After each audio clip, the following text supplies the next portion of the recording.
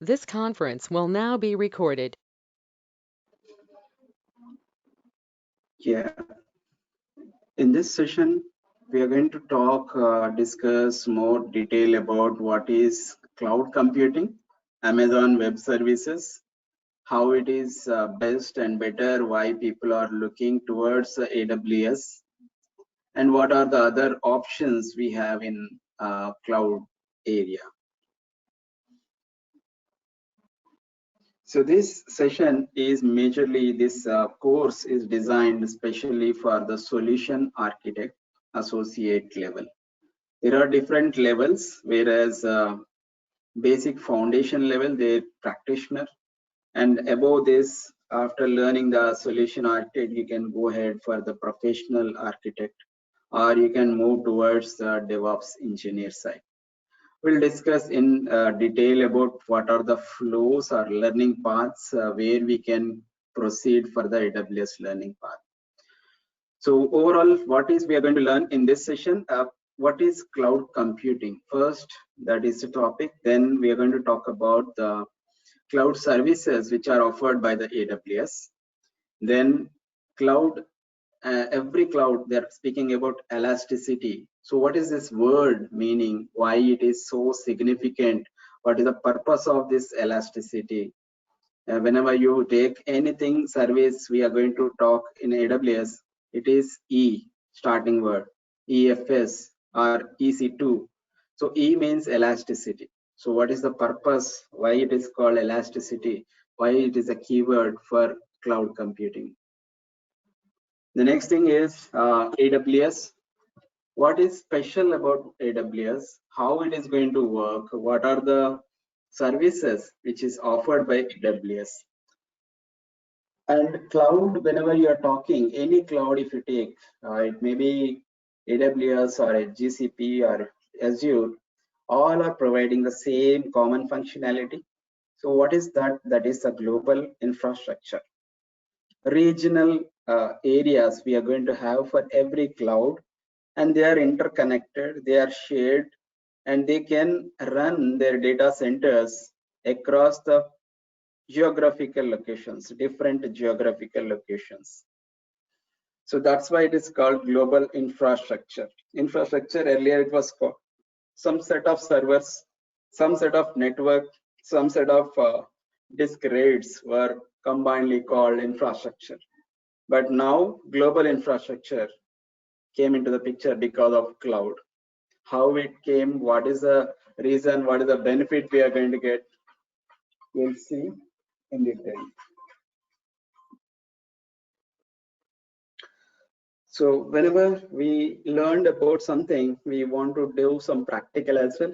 So finally, we are going to make some AWS account. This is a prerequisite or first step when you learn the cloud. So that is a lab session, which we are going to cover how to create the account. If you are already aware of that, just ignore and please look into that one. All right. Moving on. What is cloud computing? It's a very general purpose. What is cloud? What is cloud computing? So AWS is the first company which is made huge market in web services in this cloud area. But before the AWS, there was a Salesforce. Salesforce also a cloud computing company, but they are not that much successful how much AWS made success. How it is made success? Because of they always look into the customer feedback, always supporting the community which is AWS having, and it is making success stories because there are different strategies applied and different data centers, different data it is able to handle. Not only simple database, it is also supporting data warehouse data also, or it is also supporting streaming kind of data as well in the AWS. So there are a lot of things to understand. Before going to that, some people who just start BTech completed, they want to understand what is this cloud. For them, This is a basic thing, understanding you should aware of that. What is on-premises, what is cloud. On-premises means the data center will be physically available in one particular city, right? So on-premises, you're going to have couple of servers, couple of internet cables. They are going to have network routers, etc. They are connected to each other and they are going to work as a server. So you can host Linux machines, you can host Solaris machines, you can host some other powerful machines in the data center. But when you are going to run multiple servers in a data center, in an on-premises system, you are going to have pay the cost. You have to pay the power bills. You have to maintain the cooling systems for the network, and you have to provide the security networking capabilities. So all these are on your on-premises system, on-premises data center. Whereas cloud side, if you are going to take cloud, you are just like a renting a house. How you are going to go into the house and everything will be ready and you are going to use that one. Similarly, in the cloud, pay as you go is an option you're going to have. You're going to have systems, what system you want, how much configuration is required. You just tell that and within fraction of seconds, they are going to provide all those things. There are different sizes and all those we will discuss in detail in further upcoming sessions. So cloud versus on-premises, most important thing which is important for the freshers or who are new to the this industry, IT industry, who already in the industry, just ignore, who know already. So I just request you can skip that. So this part is especially for the freshers. So what is this? What is the difference? How we are going to see one by one row.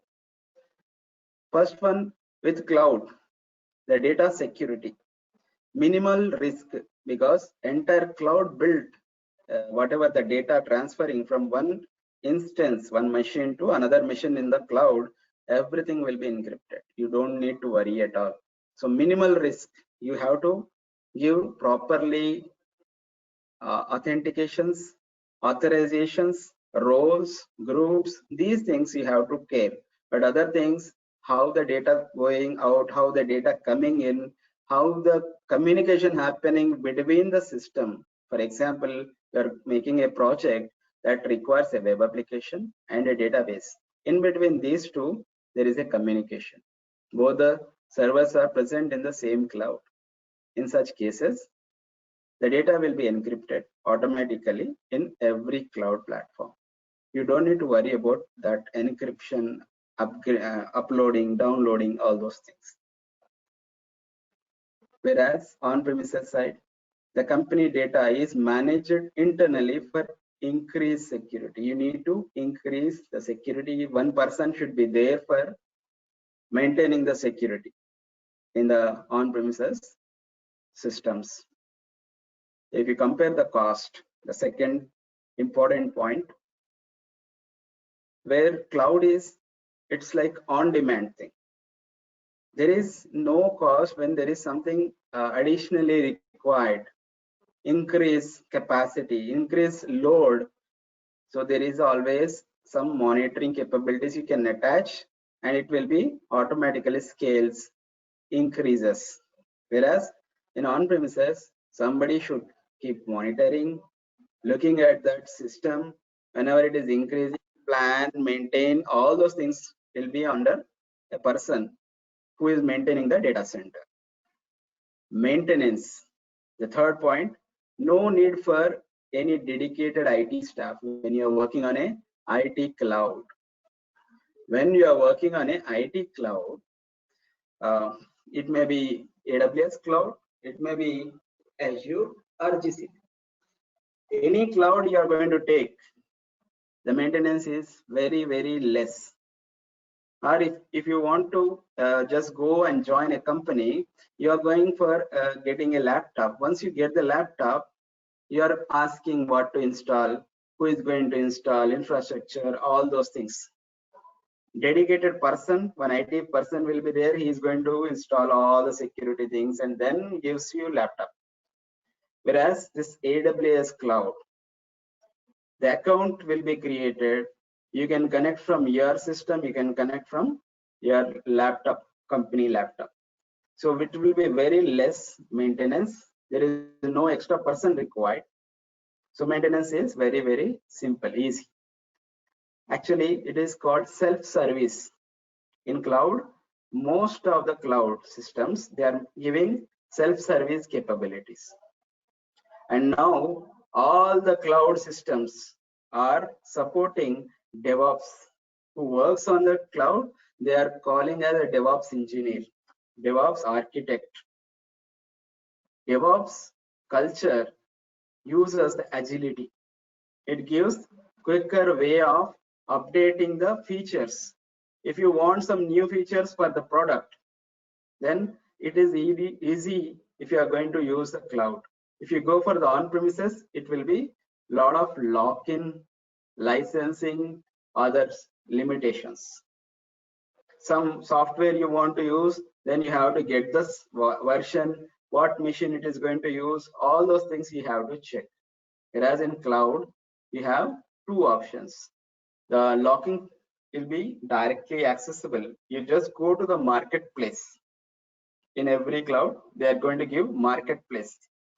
There will be ready-made VMs available. Suppose I want a Jenkins system. Jenkins installed VM I need. You just go to the marketplace of the AWS, ask, search for that Jenkins, you will get on which operating system you want. You want on CentOS, you want on Oracle NX, you want on Ubuntu. You choose the choice and you can make it available. So third party access products is very, very simple when you're working on the cloud. Whereas in on-premises, you need to buy, and there are a lot of proxy settings you need to overcome that one, and you have to use the licenses you need to purchase, then only you can go further. The last one is mobility. Some projects who are working, so it is accessible not only at one particular place. Wherever the internet is there, you want to access the project, you are going on a flight, you want to write the code, and you can push that code on a Git or on a GitHub. So that is possible. GitLab server you want to set up on AWS cloud, you can set up and you can use that one.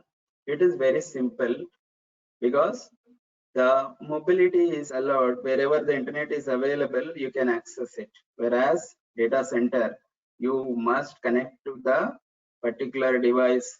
VPN should be there, network should be there, then only you can access. Some of the projects where on premises, blue green approach, some cables will be there, only that cable connect LAN cable, then only you will get the access. So a lot of restrictions when you're working on the on premises. Limitations are there. So access limitations are there. But whereas in cloud, today I'm in Hyderabad, tomorrow I'm going to Singapore. At the Singapore also I can develop the code and push the code. So that is the advantage. You are going to get that from the cloud. Any questions, guys?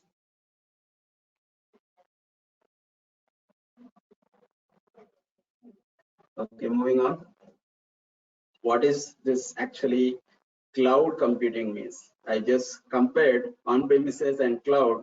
Now I'm talking about cloud computing, meaning cloud computing means storing the data. You can access the data and program in any language. Whatever the language you want, you just get the, you will be getting the platform there. Okay. Are you guys able to hear me? Any difficulty in hearing or anything you are missing, please let me know. You cannot stop me at any time. All good? Yes. Yeah, Paul. Good. Okay, thank you. So here In most of the clouds, we have a special concept called serverless programming. You don't need to have a server. In AWS is also it is providing that same concept. It is called Lambda. So Lambda is allowing you to use some language on a cloud, and you write the code and you want open that function so and so time to so and so time. Today I wrote a function, let's say add function, and I want to put that add function from morning 9 o'clock to evening 10 o'clock. I can set the time, and as much I am giving the service, that much time schedule I can make it. So I'm just giving a one simple example, add function, but real time business functions will be exposed, and that will be shared between the different projects, different companies. So they are developed in a SOA, service oriented architecture. Services will be exposed.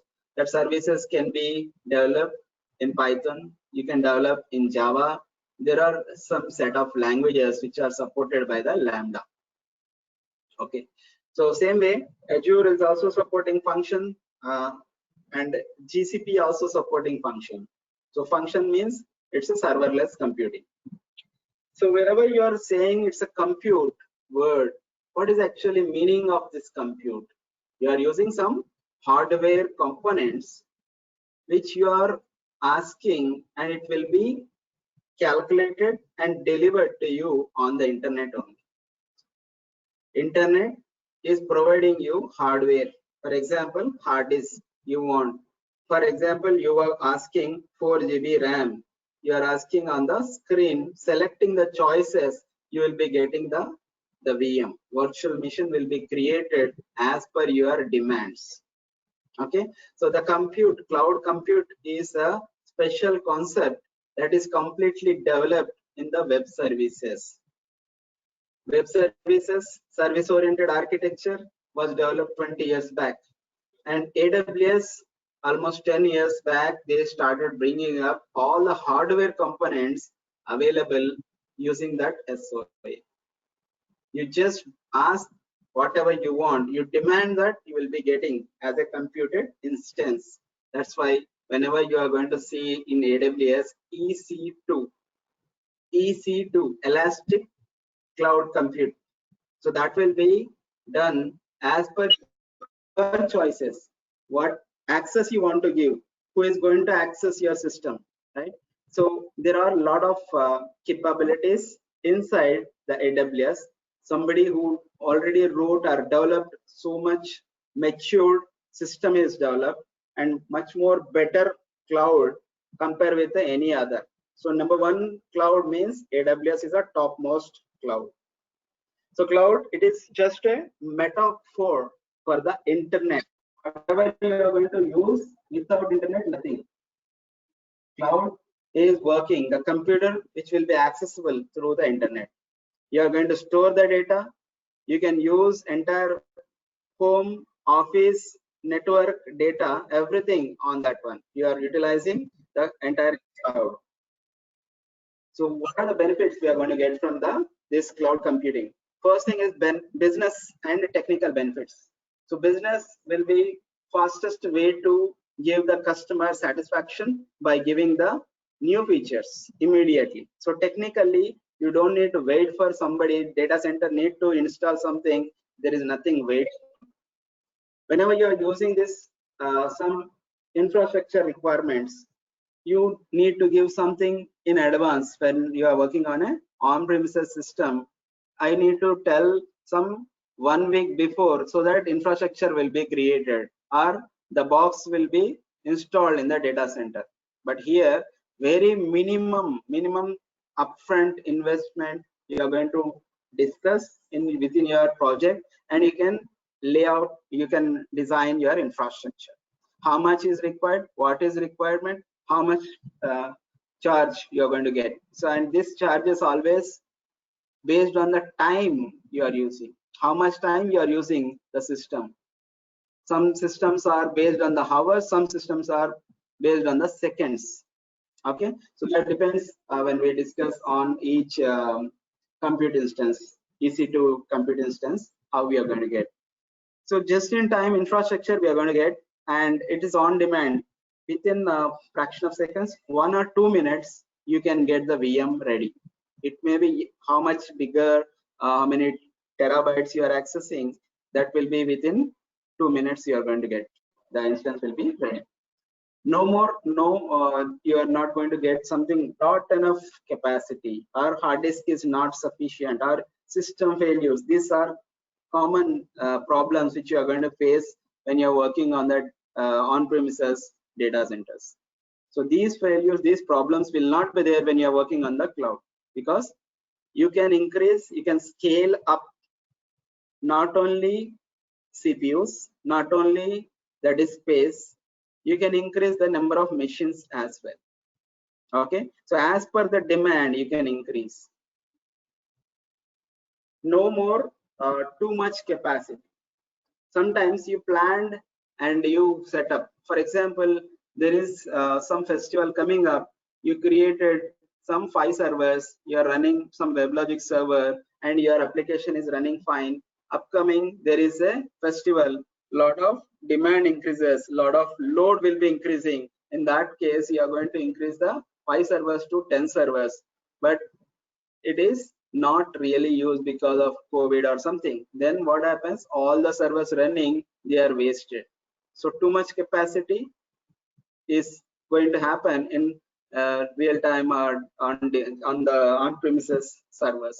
But where same thing, if you go for the cloud, you put a cloud watch, you can set up some events as per the requirement, as per the demand, then only increase the capacity, then only use the scaling part, number of instances. Then it is very simple, you are not wasting anything, you are going to work as per the demand. So that's the advantage you are going to get from the cloud. There is no more long-term contracts, or whenever you are working on some small projects, it is going to work only for 3 months. You don't need to get a license of 1 year contract. It's a waste. So you can get it from the marketplace, use that one as much you want and close it. So whenever you're working, long-term contracts are not really required. When you are working on a small, short or POC kind of systems, you are going to make proof of concepts. This works or not, you want to test something like that. At that kind of applications, you can just simply use the instance and throw it away whenever it is not in use. So that is the advantage, you can get it from the cloud. Scriptable infrastructure, you can get the software, you can get the hardware, you can get the even network infrastructure as well. So CloudFormation and Terraform both are providing the same capabilities. CloudFormation is AWS owned scripting, and Terraform is generic. Any cloud you can use Terraform. Suppose you are working with a multi cloud, in that case go for the Terraform. So one cloud is AWS, another cloud is Azure. You want to connect these two, one script you can write in Terraform. One instance will be created in the AWS EC2 instance. Another instance, virtual machine, will be created on the Azure, and both will connect with each other, and all the details in one single file or one single project in the Terraform. So that is the beauty of Terraform. Okay, so scriptable infrastructure, or you can say infrastructure as code, IAC. On-demand scaling, as I told you, the scaling option is given by every cloud. AWS is a first topper, and it is not only giving scale out, scale in options. Scale out, scale in means you are going to increase the number of server instances, decrease the server instances as per the demand. Whenever you're going to put some monitoring, you're going to use the scale out and scale in option. Okay, all these things we are going to do practically and learn all those things in our sessions. Going forward, comparison. What are the topmost clouds in the market in the today's trend. AWS is the top one. Second position is Microsoft Azure. Third position is Google Cloud. Google Cloud is very recent and shorter age, but it is also growing very fastest way. Okay, AWS is longest journey. It is having a lot of mature things readily available. Lot of things are flexible, and Azure is also having most of them available with a lot of GUI capabilities.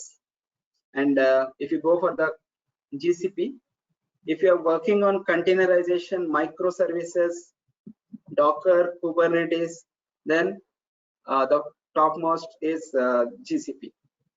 So these are, each one is having one speciality, each one is having some capability whenever you are choosing some project. Okay, so we'll just compare a little bit top three clouds. So what are those? So virtual servers, the instance we are going to call EC2 instance in AWS. That same thing is called in the Microsoft VM, virtual machine. In GCP, it is called VM instance. So platform as a service and SaaS, PaaS, all those things we'll see in the upcoming slides. Don't worry about that. So Elastic Beanstalk is providing that SaaS platform in AWS. In Microsoft, Cloud Services is a SaaS platform.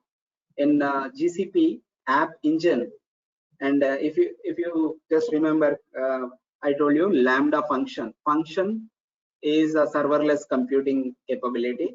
In Azure, it is function again. So it is also support the same set of programming languages. Even GCP also supports the same set of programming languages.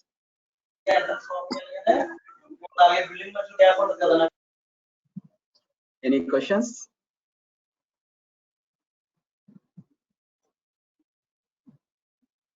Okay. Fine. No. So Docker management, if you are going to say Elastic Container Managed Service, Container Service, Container Engine, these are the readily available market VMs which we can use in the clouds. And Kubernetes management is also available in AWS. EKS, Elastic Kubernetes service, which you are going to have. And the same thing is available on Azure, Kubernetes service. And in GCP, it is called Kubernetes Engine. But internally, it is just like a Kubernetes master slave system. Object storage, all cloud supports object storage. So object storage are used for non-software installation storages. So wherever you want to place some images or media or some files, text files, something like that, go for the object storage. S3, blob or cloud storage. These are all different object storages in different clouds. Whenever you are going to put some logs, you want to keep some previous number of server logs, then you are going to use a Glacier. So Glacier is a common archiving storage in AWS. Similar technology is used in the AWS archive storage, and GCP is calling that as a cold line.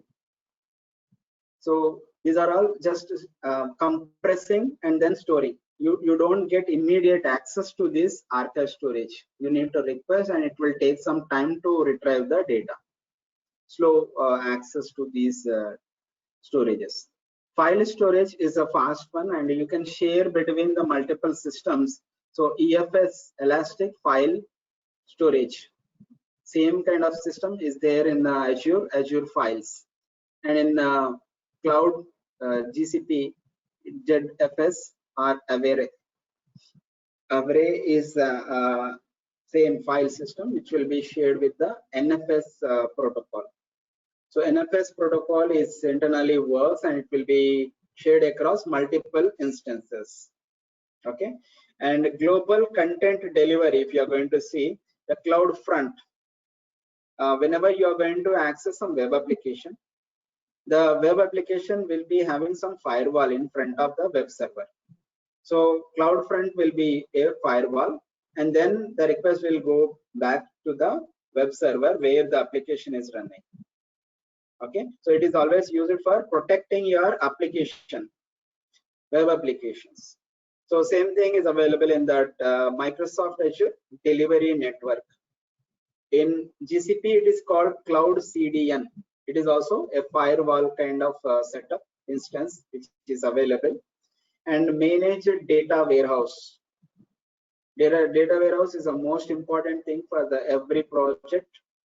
Data analysis, reports will be generated from the warehouse. Data mining, data warehouse, these are the interconnected things. So Redshift is one of the feature provided by AWS. It is going to give the access to the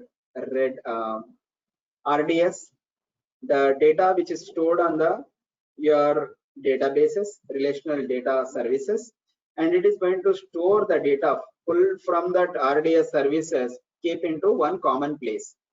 Similar service is available on Azure, that is SQL Warehouse. And coming to the GCP, you are having BigQuery, just like big data. BigQuery is there in the GCP. Okay, so these are the common comparisons between the three clouds. Okay, hope you understand. Any questions? Moving on. Yeah. So if you are going to see the whole complete life cycle of any project, lot of development cycles will happen, and that will be the first step. The code will be written, planned, and then tested again and again. Finally, it will come to the QA, quality assurance. Then testing team will be do some regression test, and then they do load test, and then finally they send approval to send that one data or release to the production. So this is the life cycle for every project. So DevOps, development and operations hand in hand, you can easily provide the agility with the cloud computing. So what is the advantage when you are using this cloud computing in this scenario? Whenever there is a holiday, when the developer is sleeping, there is no need of running the machines. You can stop the services, stop the instances. So that is the best way, save the money. If you compare with the older strategy, data centers, on-premises systems, they are still running and developers are not working till they are in power connected and they are still running. So that is the disadvantage when you're having in the on-premises. So production, you are always 24/7, most of the projects need to be running. So that is always, there are different choices when you're going to select the EC2 instance. You want to reserve, you want to take that on-demand instances. A lot of choices are there. We'll discuss when we come to the EC2 session. So coming to the cloud computing, different options when we are going to use what. Cloud computing service model, we have three different models. Infrastructure as a service, where the web applications, most of the time we are going to think about the web application, some application which is going to give the access, that's it. So that is the infrastructure. The simplest stack which you are going to use, some web server on top of it. The web server may be WebLogic server, it may be Apache server, it may be Tomcat server, anything that will able to serve the web application. That's it. Coming to the second choice, second model, that is PaaS, platform as a service. Platform is readily available on the cloud. You don't need to install WebLogic. You don't need to install the Tomcat. You don't need to install the Apache web server. Who is going to do? Cloud will be giving you. You just select that one and cloud will be giving you that instance. That is what marketplace gives you. Okay, so there are two different types of marketplace. Some people will publish the instances, they want make money, they are going to sign that instance and publish with a charge. Some people just create and put it as open source, anyone can download, anyone can use it. So whenever you are choosing the PaaS instance, you should be very careful. Is it having the proper license agreement, and whatever the platform you are choosing, you should be checking all those things, then select the PaaS instance. The third one is SaaS, software as a service. Everything is there, platform is ready, on top of it your application is also running, you are just using the configuration changes and giving that to the customer. So SaaS is completely readily available, very less people use in the IT team. So SaaS makes lot of difference when you're working with the previous old strategy of the on-premises systems. Okay, so that is about different services, different models in the cloud computing. Coming to the deployment model, there are 3 different choices. When you are working on the cloud, that cloud should be accessible to everyone, then public cloud. Anyone who is hitting your instance, it should be open, then public cloud. Something which you are going to have, you want some data sensitive, you want to protect the data, you want to keep in a separate network, that is called private cloud. It will be allowed to use only that company people, no other people can access. Something like that, database, that is always kept in the private clouds, you never put it on the public cloud, right? So some projects need both public cloud plus private cloud, they're integrated together, then that is called hybrid cloud, the combination of public and private. So these are the 3 different deployment models we need to think, and when you are going to give a solution architect, then you have to choose properly those clouds. All right, so coming into the detail orientation about the infrastructure as a service, platform as a service, SaaS, software as a service. So if you see the traditional approach, other than the cloud, what was the story? Everything from the bottom, networking, storage, servers, virtualization, operating system, middleware, runtime, everything is maintained by the IT team or the company who is owning this project. Everything one separate team, network administrator team, storage administrators, servers, WebLogic team or Tomcat servers, virtualization on top of it, operating system, then middleware. So up to the operating system virtualization, there will be a separate team, IT team we are going to call that. So they are going to provide the Linux systems. On top of it, middleware we are going to run like WebLogic or something you are going to run, or WebSphere.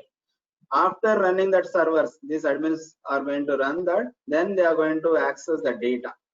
After accessing the data, they are able to run the application. So application will be deployed on top of this stack, complete stack. So lot of manageability is based burdening on the team, IT team and other teams, multiple teams will be required in the traditional IT system.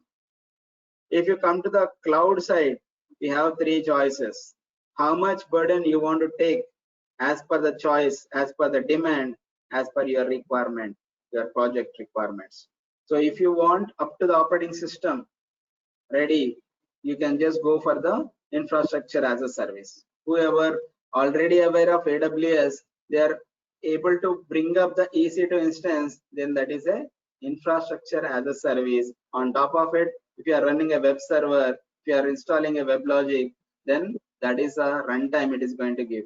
The data, if you are going to use the RDS, then you are able to connect these two, middleware and your data, you are going to give the application access.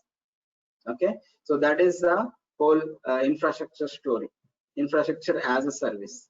We come to the platform as a service. Platform is, middleware is also provided by the cloud. What you are going to do, you are just integrating the data, give the data, run the application URL and see how it is going to work. Okay, so that stack, complete bottom From the runtime onwards, whatever you are having till the network, everything is maintained by the cloud. AWS will take care of all those things, or GCP, whatever the cloud you are choosing. Okay. Then coming to the last one, you are going to run the application. You are having some Java code that is serverless, or you can say software as a service. That depends on the what kind of service you are selecting, what kind of software you are choosing. Everything will be maintained by the cloud.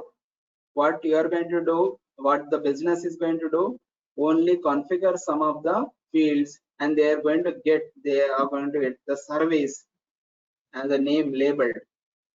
For example, a bank application I am going to take.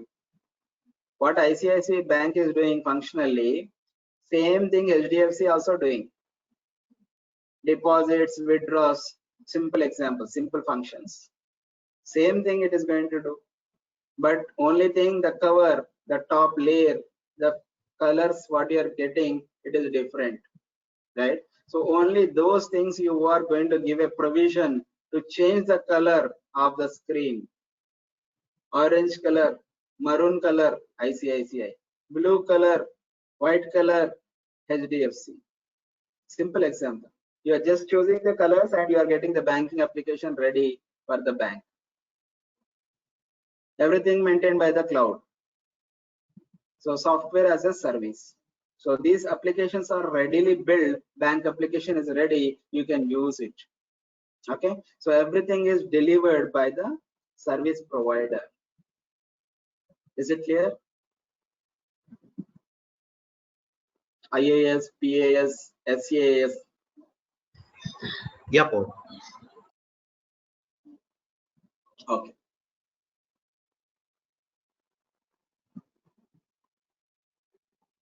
Public cloud.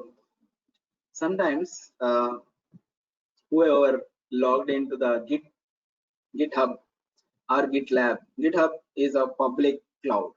Anyone can access. You search in the Google, you can get the links, right? So a lot of people are contributing. Community cloud. It is a community cloud, public cloud. If you go for the Docker Hub, Docker instances are available. Docker images are available. They are created by so many people combinedly. Then that is also a public cloud. Docker Hub is a public cloud. So these are all examples of public cloud. There people are contributing. Multiple people can access same code, can change, but everything is tracked. Who is changing, who is not changing. Even if you go for the Linux kernel is also open source. Any open source project which is available on the Git, that is a public cloud. So that is one of the example where we are going to use the public cloud. Private cloud, where you are going to hide or sensitive data is present, only managers want to access something, or only the data which your business requirements matches, then you are going to give authenticated authorization. Only these people can go and access. Then private cloud we are going to configure. Something like OpenShift, something like VMware, they are providing this private clouds within the premises, within the on-premises also. Okay, so community cloud and public cloud, if you see community, you can see Jenkins cloud community, it is having some separate community. Or if you see the Docker community, if you see the Kubernetes community, these are all different communities. So communities will host something and they are going to have a separate link to that one. Okay, the combination of private and public is hybrid cloud. You can see simply the lock and this people symbol that indicates a hybrid cloud. So we already seen that deployment models. Don't worry much about that. So what is actually AWS? Is it a public cloud? Is it a private cloud? Is it a IaaS or it is a SaaS, PaaS? What do you think? Any one of you?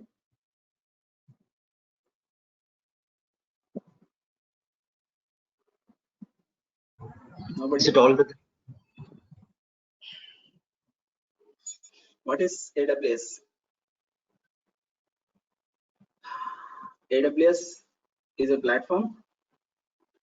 AWS is matured system. AWS is a flexible cloud providing service, and it is more reliable cloud platform.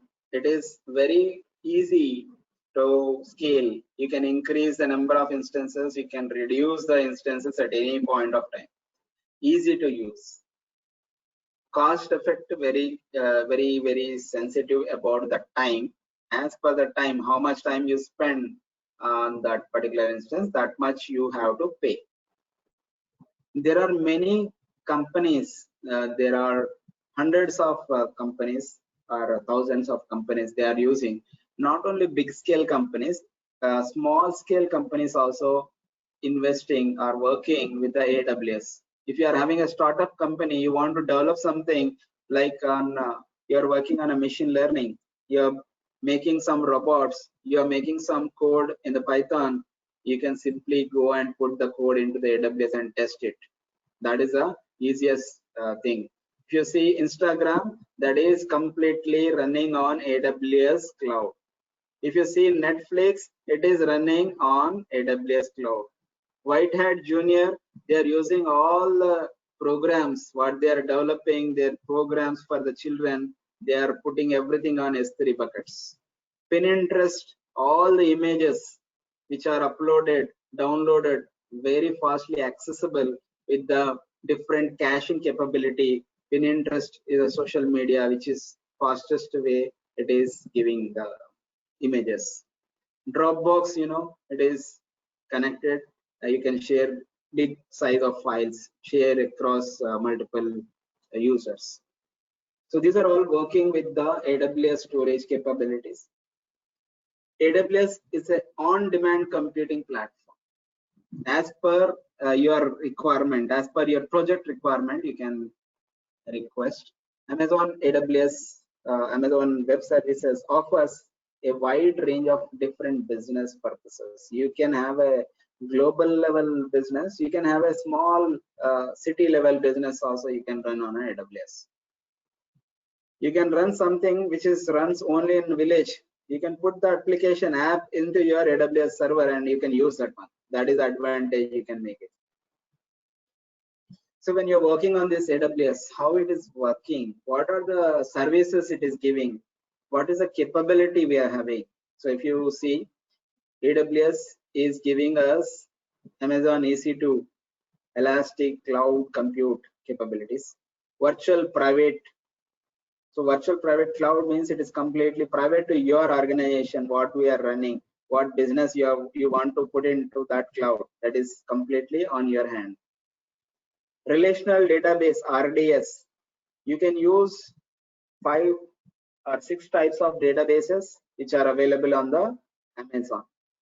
Topmost is Oracle database. Most of the big companies they are using on the Amazon Oracle database. Small short projects they are using MySQL, and very short mobile applications they are using Aurora and NoSQL data also. AWS Direct Connect, that is connecting capability which we can use connection between on-premises system to your cloud. Elastic Block Storage, EBS, which is connecting to all EC2 instances, and S3 simple storage service where you can store the objects.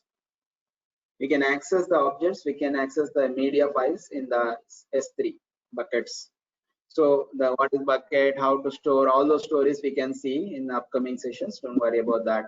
So load balancing is another key feature which you are going to get from the AWS, and we are having DNS capabilities in Amazon, that is Route 53. Route 53 is a very important feature. If you see Big Daddy, GoDaddy is providing that domain name service capability. Same way Amazon is providing the Route 53 for their cloud-based customers. elastic IP. Elastic IP address, you are going to have one public IP address which you want to access. That is most commonly required for small projects. But in real-time projects, bigger projects, we go for the routing Route 53 DNS name. Okay, so these are all capabilities which internally, these are all services which are provided by the AWS. We'll discuss each one and have complete knowledge about all these capabilities. Okay, so that is about what are the AWS services. So far we have seen a lot of ease in the previous slide. Now what is actually elasticity, why it is called elasticity, elastic compute word in the cloud computing. So this is the simplest thing. Whenever you are working on a cloud architect position or architect thinking, first think about design for failure. The word is very, the sentence is very complex, understand.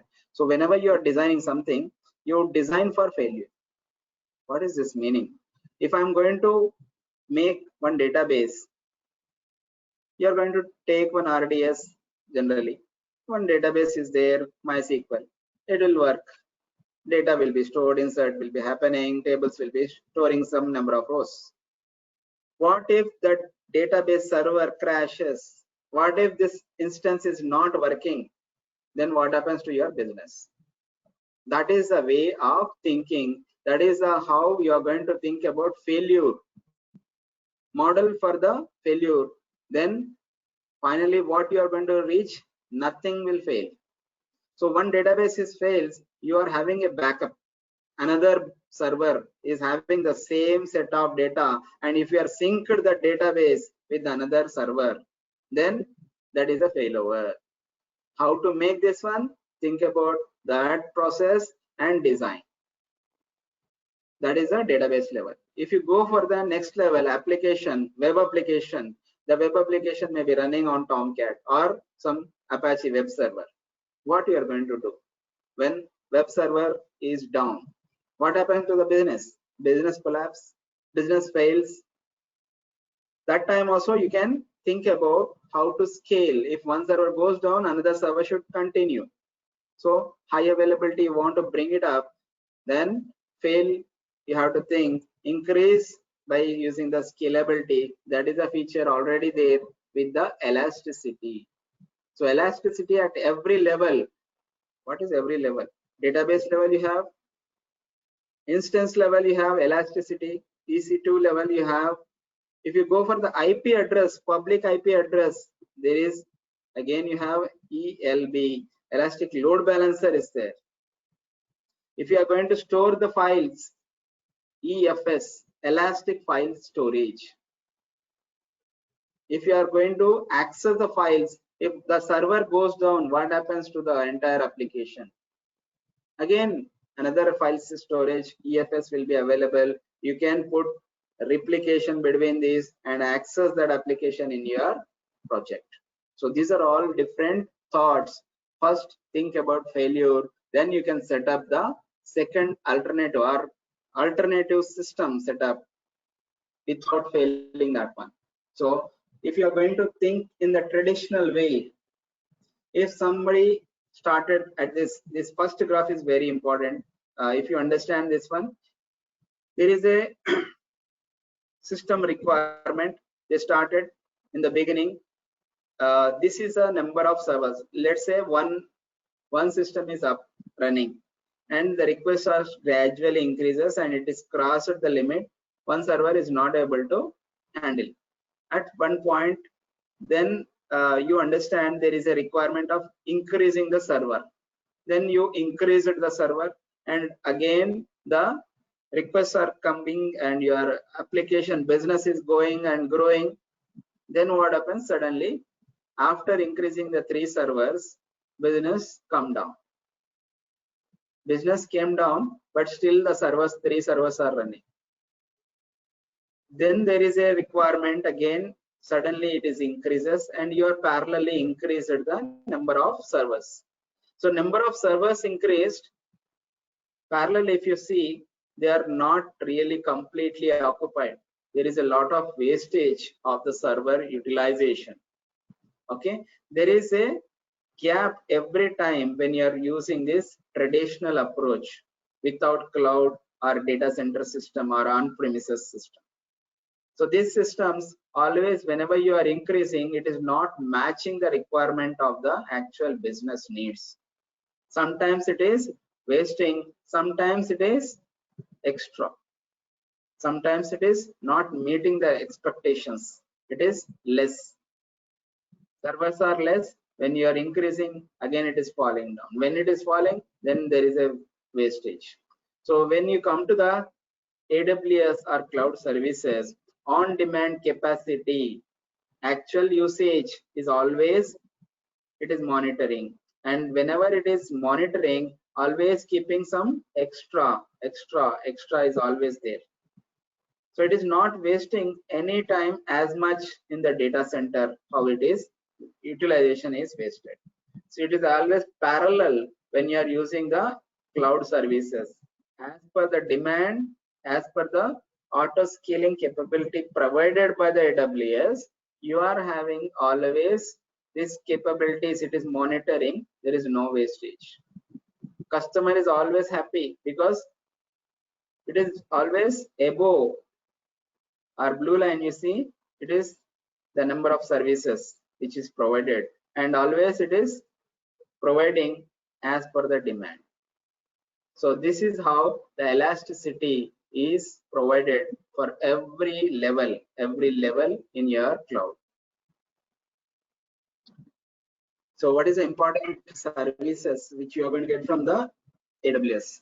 First thing is a compute service. There are a lot of compute services as per the projects. Small scale projects you can run, huge data or content servers also you can run on the AWS. Most of the projects like Disney World is running entire project in the AWS. They are streaming the data continuously, and they are using these storage devices. They are storing everything, they are handling from the AWS only. A lot of projects are migrating from the on-premises to the cloud, and first choice is AWS. Security, lot of security, no threats or no problems. It's completely reliable cloud, AWS. Storage capabilities, we have three different options. We have EFS, object storage, and what is other one? Okay, so there are three options we have, but yeah, lot of choices when we are working on this storage and networking capabilities. And when you are working on these services, you can get notifications also. You can track everything what is present in AWS. You can handle the events using the AWS cloud events. You can have monitoring, watchdogs, that is sends the messages, not only sends the messages, emails, you can also send the SMS as well. Mobile messages also you can send. Database level, high availability, you can have sync between the systems you can have, and you can store, you can have snapshots, you can sync the data. All these are capabilities provided by the cloud. Managing different tools, there are a lot of tools are available, and the lot of analytics, monitoring analytics also there, and application can also access those analytics and work with that. So these are all important services which are provided by the AWS.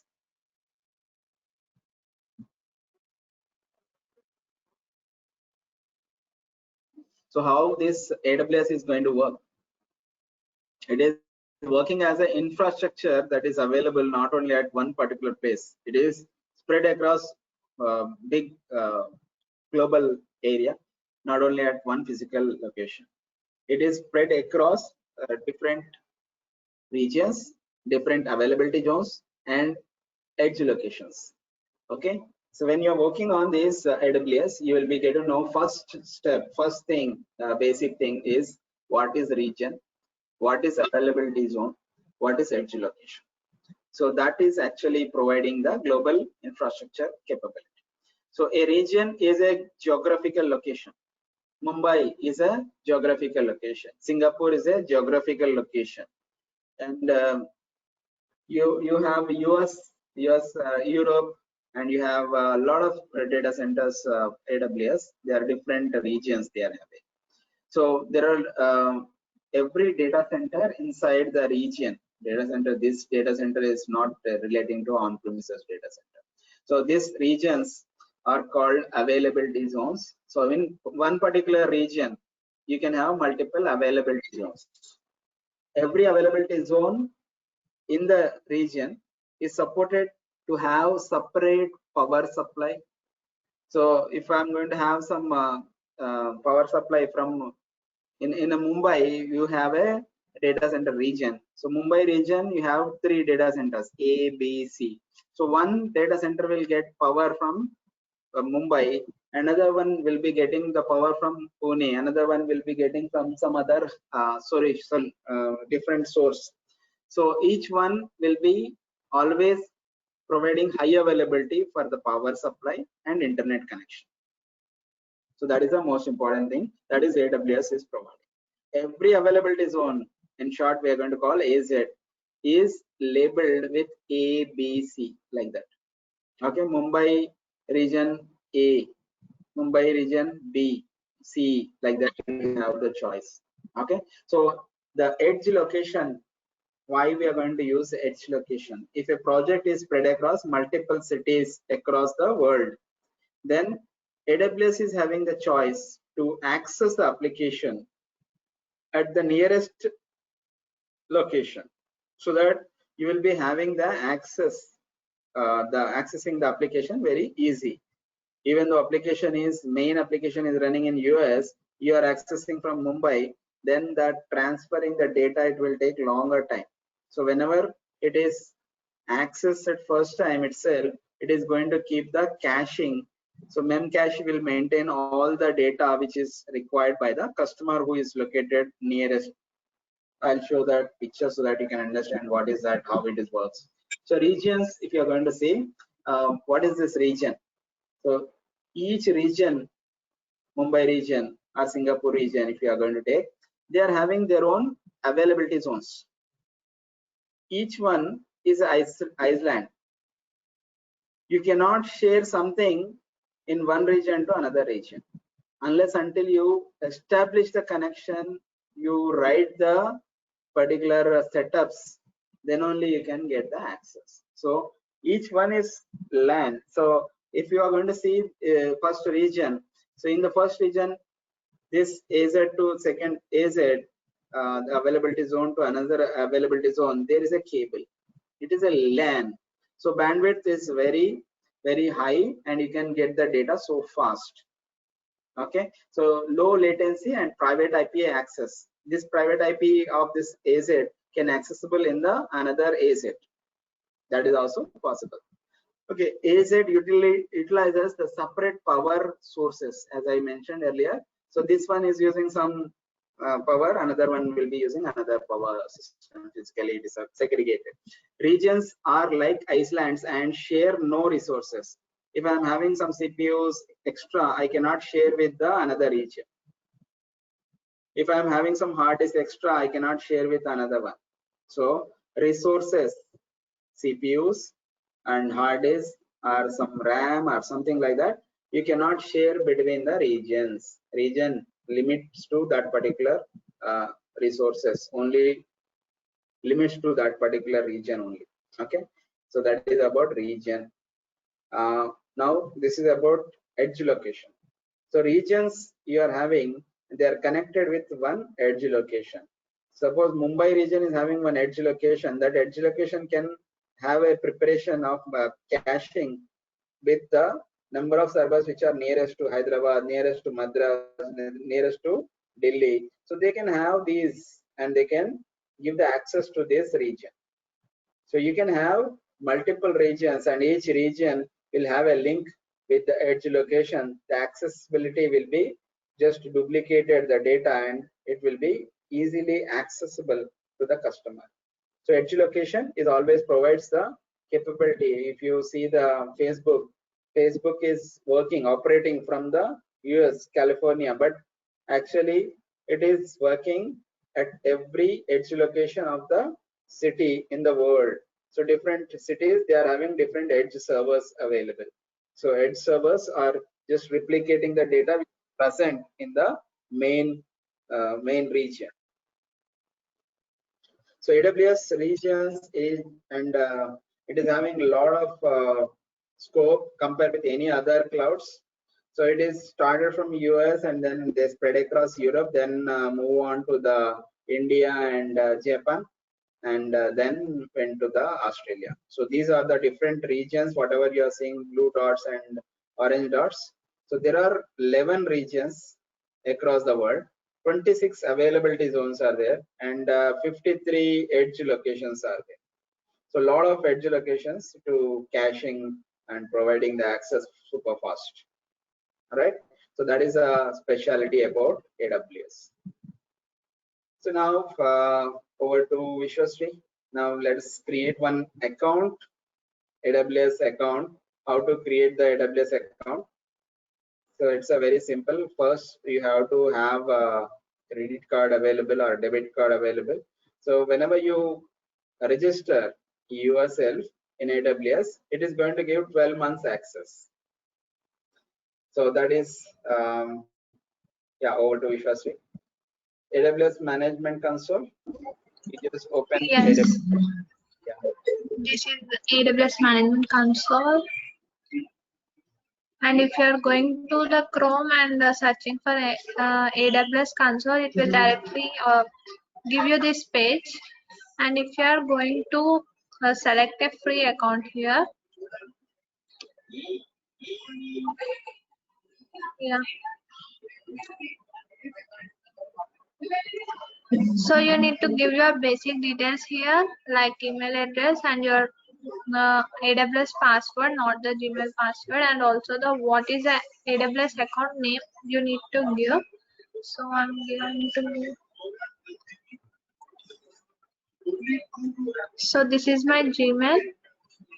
So I'm giving my some password here.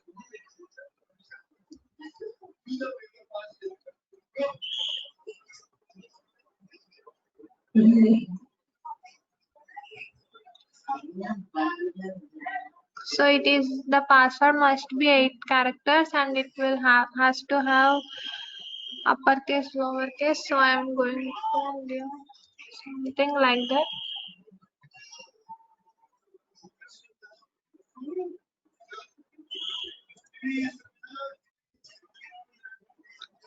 So the account name, what is the account name you can give? I'm giving my own name.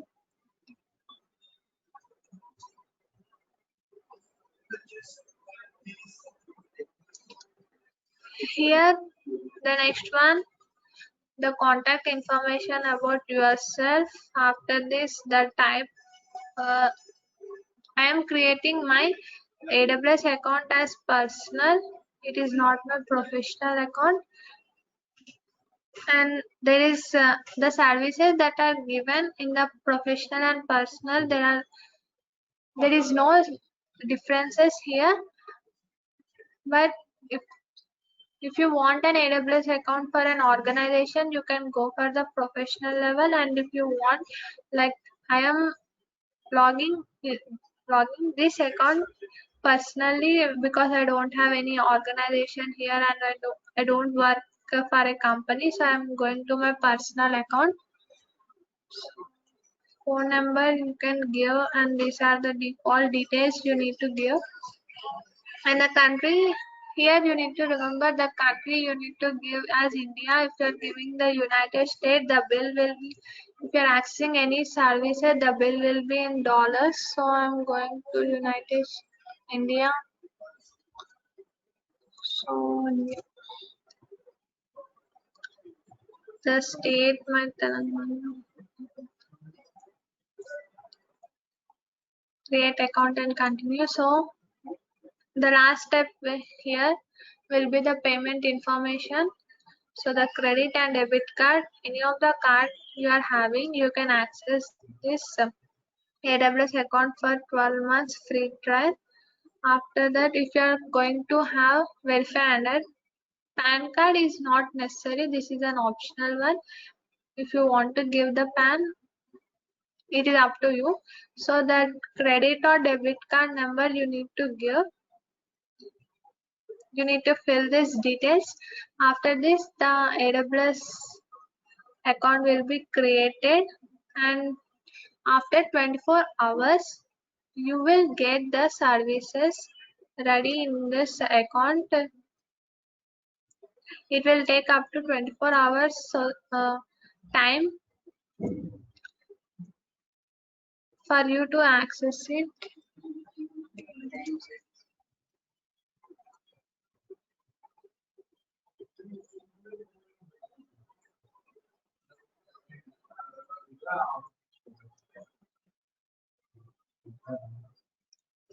So I already have an AWS account, so I am not filling up my credit or debit card number. If you are going to fill up this, the AWS account will be coming.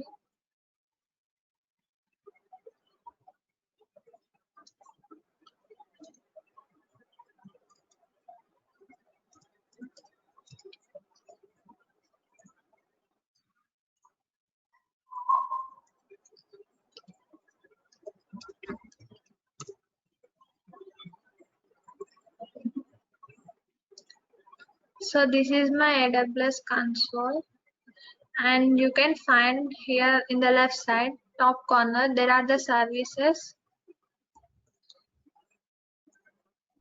So these are the services that are provided by the Amazon, and you can find lots of services here, and we are going to see the EC2 and in the storage S3 and database RDS, whatever the Pawan sir has said.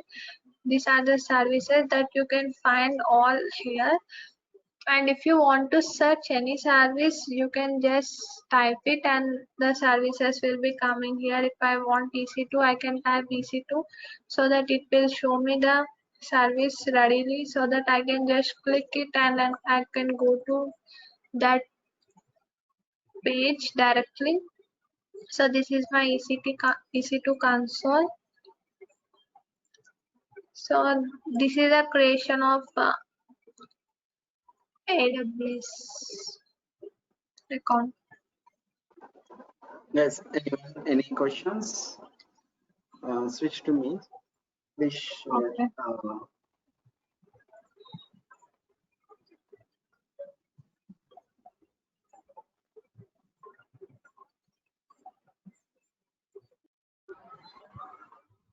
So this is our course content overall, what we are going to complete in this associate architect syllabus.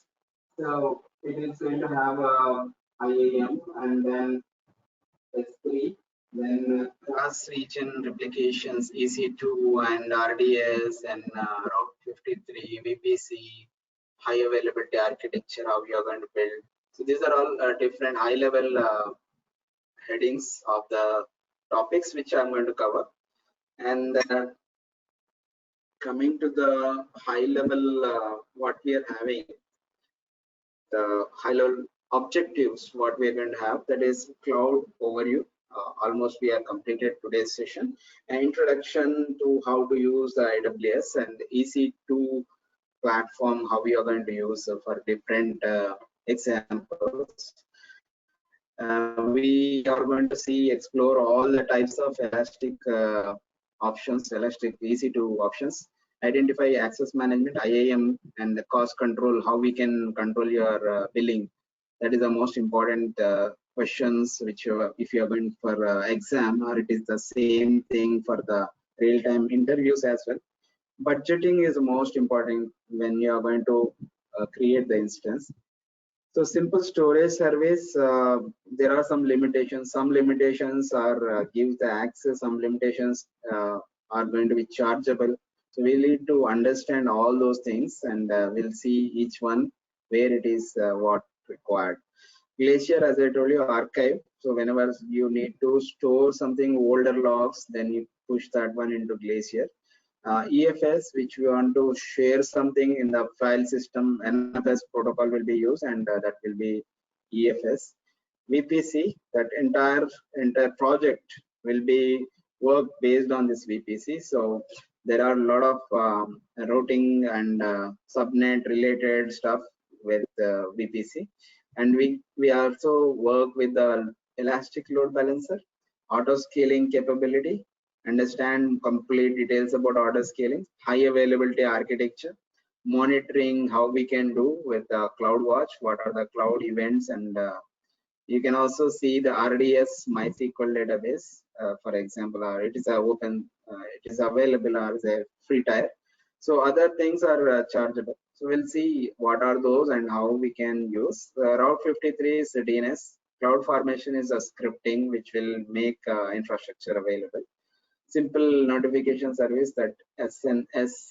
This is a most commonly asked interview question. And how do you get notifications? What are the ways where you're going to get all those things? So we'll see those things. Redshift, that is a data warehouse system. So these are all overall learning objectives which we are going to cover in this course.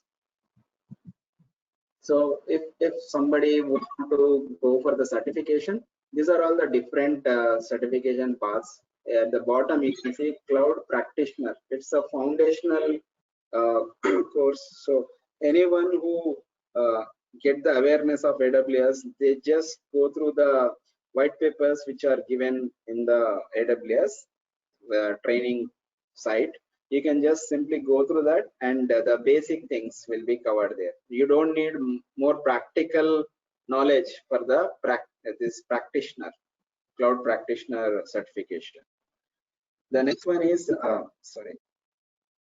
architect. So associate level is 3 different certifications: solution architect, SysOp administrator associate, or the last one is a developer associate. So here developer is nothing but they are going to develop something, code, the infrastructure as a code, the CloudFormation, everything will be there, and that will be creating the cloud level infrastructures. So each one is having important capabilities. If you are more thinking about architecting complete solution, then this is a base which we are covering most of the things. And the second thing is operations, more related to the system administration, storage administration, those areas. Then this is the operations level. And third one, developer, as I mentioned, if you know these things, if you know basic, then you can go for the coding directly and work on the developer level. So here the next level, after completing the solution architect associate, they can go for the professional, but you should have a must 1 year experience for this associate level, then go for the professional level. Professional level, at least 2 years experience required on the cloud. So it is more covers more into the designing level, top level, complete solution, and it is includes the operations and troubleshooting different solutions and using the AWS cloud. So on the right side, you're going to have that professional level DevOps engineer. It is going to use a lot of tools available in the AWS DevOps tools, and it will be based on this developer, based on the administration. Both anyone can do this. So if you do this one, they can go for this one. Okay, so it's a base for this. And other than these, specialities are there also there. So you can go for the networking specialist, big data specialist, Hadoop big data. You can also go for the security. So hackers who want to become hackers, they can go for the AWS security specialist. Who want to go for the data science, data analytics, then machine learning and Alexa skills. These are the data science related stuff, analytics side stuff. Okay, so these are the different certification paths. So you can choose. So we are right now focused on this area, and this can be anyone can do by themselves. It's a very simple, easiest way, and it is almost covered in our course. So what we are focused, our goal is certification. If somebody going for the solution architect, this course completely covering all the topics for that one. So if anyone interested for this, immediately please do register, and please call to the below given number. So actual fees is 15,000, and if you are going to book today, the offer is discounted fees 12,000. So please register today itself. Call the given number 961-871-5457. So last end of the session, the tip of the course, you can, whenever you're working on the AWS, you are going to have some learning paths. These learning paths are all in documentations. AWStrainings.com is a site where you're going to have all the white papers. The knowledge articles are given there, and a lot of problems and solutions are discussed in the GitHub. So please have a GitHub account compulsory, and there are some AWS blogs also which will give complete architecture solutions for different scenarios. Suppose you want to create something in MySQL database, the complete flow is given in the blogs. Some communities are attached directly for AWS, so they are AWS communities. AWS is having some Slack channel also. AWS is providing the support question and answers, which are more stronger question answers sites, that is Quora and Stack Overflow. There are some study guides also available for the certification exams. So there are a lot of titles, AWS who are learning.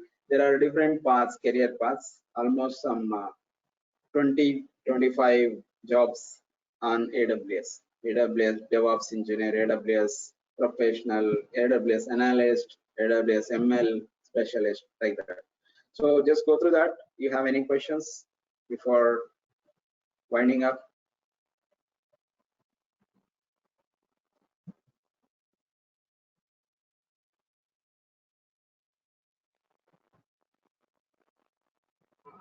Hey, thank you so much, Pawan. It's really very informative. Thank you. Thank you, Pawan. Thank you. Okay, then if no questions, then I'm winding up now today's session. Thanks everyone. Bye-bye. Yeah, thank you, Pawan. Take care. Bye.